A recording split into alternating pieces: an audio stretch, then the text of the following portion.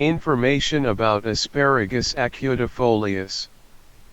Asparagus acutifolius, commonly known as wild asparagus or prickly asparagus, is a species of asparagus native to the Mediterranean region, including southern Europe, North Africa, and the Middle East.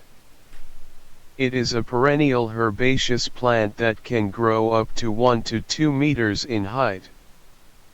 The plant has long, thin, prickly leaves that are typically 1 to 2 centimeters wide and up to 2 centimeters long. It produces small, greenish-white flowers that are arranged in clusters and bloom in the spring. The fruits of the plant are small, red berries that contain several black seeds. Asparagus acutifolius is a hardy plant that prefers dry, rocky soils and full sun exposure.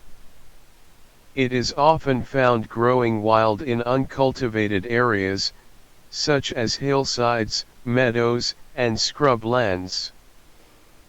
The plant is also cultivated for its edible shoots, which are similar to those of the garden asparagus, Asparagus officinalis. However, the wild asparagus shoots are generally thinner and have a slightly more bitter taste. The plant has also been used in traditional medicine for its diuretic, laxative, and anti-inflammatory properties.